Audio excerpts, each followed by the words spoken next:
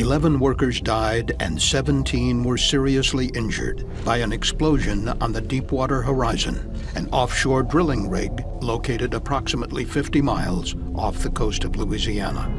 The rig burned for 2 days, eventually sinking and triggering the largest oil spill in U.S. history as oil and gas spewed up from the sea floor. The Deepwater Horizon had been drilling an oil well in 5,000 feet of water in an area of the Gulf of Mexico known as the Macondo Prospect.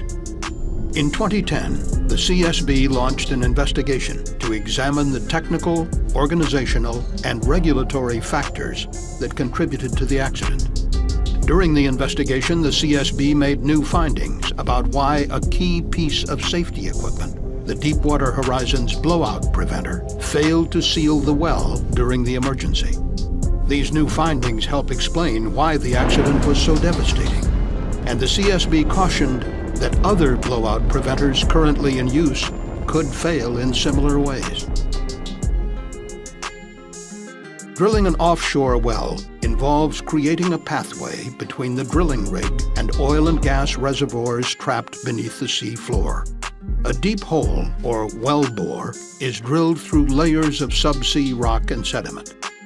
These rocky layers can contain trapped water, crude oil, and natural gas under pressure. An unplanned flow of these well fluids into the wellbore, known in the industry as a kick, can be dangerous. Without careful management, a kick can lead to a blowout, the uncontrolled release of flammable oil and gas from the well. A blowout can be catastrophic, since oil and gas reaching the drilling rig can quickly find an ignition source, leading to a fire or explosion, endangering the lives of the drilling crew. To prevent kicks, drillers pump a dense slurry called drilling mud into the well, creating a barrier between the undersea oil and gas and the piping that leads to the rig. If this mud barrier fails or is somehow removed, the safety of the drilling crew depends on a critical piece of equipment located on the sea floor called the blowout preventer, or BOP. The BOP is a complex electrically and hydraulically powered device that is essential for controlling the well and, in an emergency situation, preventing a disaster on the platform high above on the sea surface. The BOP is connected to the rig by a large diameter pipe called a riser. If a kick occurs, the blowout preventer is designed to prevent flammable oil and gas from traveling up the riser to the drilling rig. This is done by sealing the area around the drill pipe, known as the annular space. To do this, the crew can manually close pipe rams and donut-shaped rubber devices known as annular preventers. If those devices should fail to work, the last resort is a pair of sharp metal blades which form a blind shear ram designed to cut the drill pipe and seal the well. The blind shear ram can be activated manually or by automated emergency systems. At approximately 8:45 p.m. on April 20th, 2010, a kick occurred in the Macondo well. Oil and gas entered the wellbore undetected, eventually passing above the blowout preventer and traveling quickly up the riser toward the Deepwater Horizon and the 126 people on board. Just after 9:40 p.m., drilling mud, forced upwards by the rising oil and gas, suddenly blew out onto the rig. Crew members responded by closing the upper annular preventer in the BOP. However, this did not seal the well as intended, and flammable oil and gas continued to flow into the riser toward the rig. Next, the crew closed a pipe ram.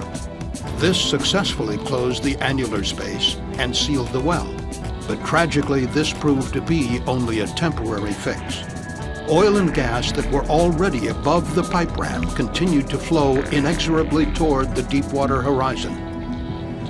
At approximately 9:49 p.m., the flammable hydrocarbons found an ignition source, and the first explosions shook the Deepwater Horizon. As the oil and gas escaped the riser onto the rig, the pressure dropped in the annular space above the pipe ram. But at the same time, the pressure in the drill pipe climbed substantially. The drill pipe was closed at the top, but oil and gas continued to flow in from the reservoir below.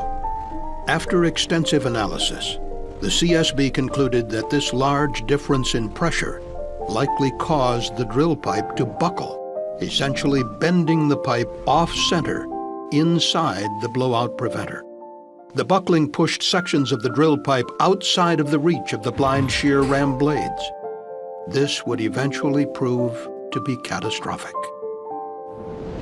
With the drill pipe buckled, the explosion and subsequent loss of electrical and hydraulic power from the rig likely activated an automated system on the blowout preventer known as the AMF deadman, which closes the blind shear ram and cuts the drill pipe.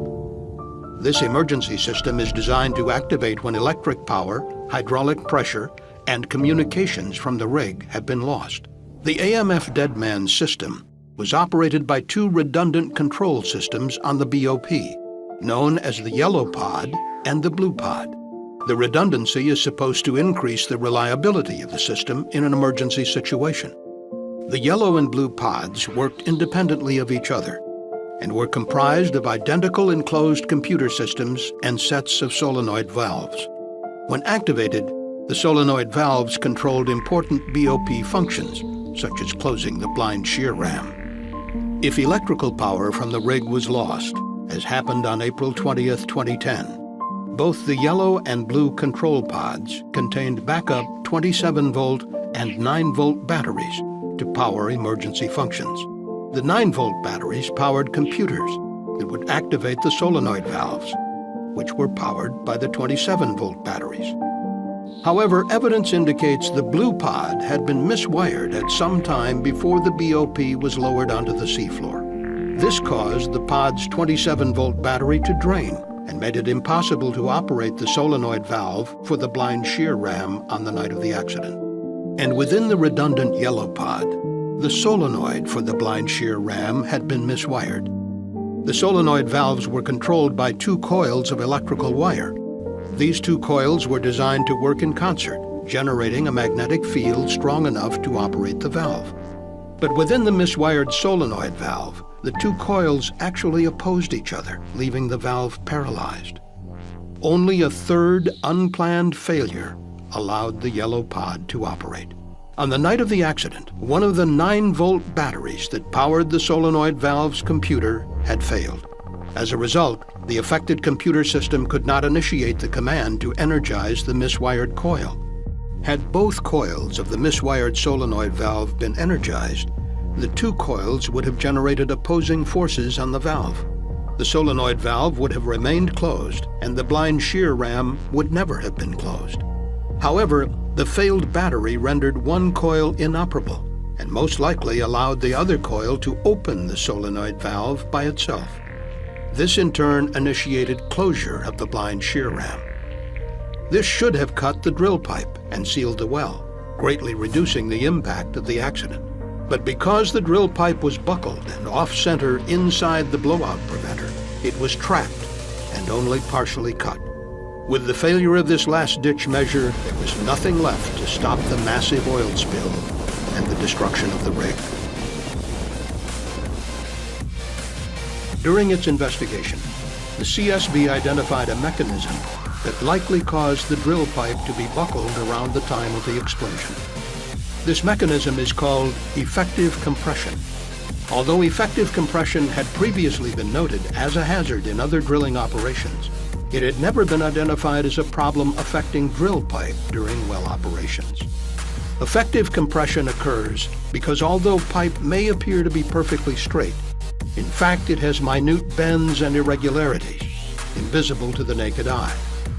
Along these bends, the side of the pipe that is curved outward is slightly longer and has more surface area than the other side. When there is a large difference in pressure between the inside and outside of the pipe, as happened on April 20th, 2010, the longer side of the pipe experiences a larger bending force. Eventually, this force can become great enough to buckle even heavy pipe.